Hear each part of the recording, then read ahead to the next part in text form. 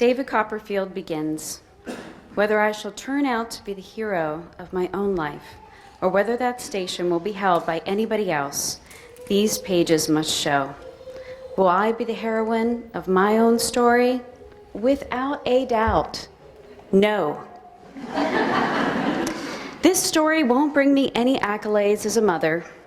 It doesn't do me any credit as a pet owner, since my Labrador, old enough to know better at age 12, wanders off, not just for an hour or so, but for overnight capers. He, like everyone else, is smitten with my neighbor, who happens to be my sister-in-law. She is obviously behind my back, lavishing my dog with treats and affection. Plus, you must understand, she is tall, well-proportioned, blonde. Facts that may be lost on my dog, I grant you, but not on me. She owns horses and bees and lives on a farm. She earns a good living, has traveled, has a doting husband. These may all be forgivable if she wasn't generous to a fault. So yeah, if I were looking for inspiration for a heroine, she'd definitely be a contender, and my dog would agree. And here's a real kicker. My dog's not the only one heading over there. Over the years, not one, but 3 of our teenage nieces have left their homes to live with her for a season or 2 or more. She has listened, encouraged, funded their dreams. So the dog journeys seem inconsequential in this light, I admit. But this particular escapade hit hard. For starters, it came at the end of an otherwise good day. I actually felt fleetingly like a fairly stellar parent that day. I had spent it with my brilliant 15-year-old. I took her to my old church where people regaled her with stories of holding her as a baby, where my old pastor took deliberate pains to welcome her by name and encourage her. Then we went to my daughter's favorite spot for lunch and to her favorite comic book store. I bought and bought, and she talked and talked, but it seemed, in a sense, all for naught. Since that same evening, she spent at my sister-in-law's table, which appeared to be the obvious highlight of my daughter's day. And to top it off, there goes the dog. It was around that time, however, as my husband was retrieving our errant retriever, when I got a call from my mother.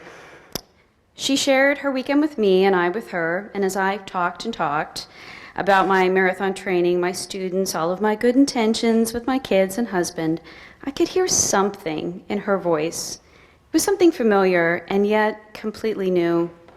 It was as if I were truly hearing her for once. After we spoke, I thought about her in a way that I hadn't before. You have to realize my mother was my daughter's age, 15, when she got pregnant with me. Raised in a German Catholic home, she was told to tell no one.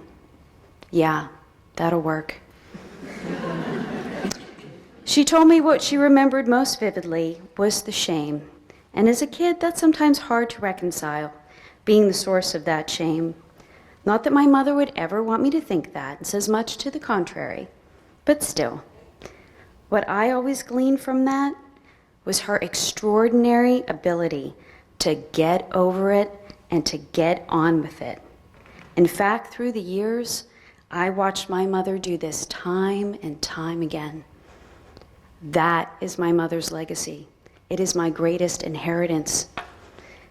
Nevertheless, I actually became ashamed of her, especially as a teen.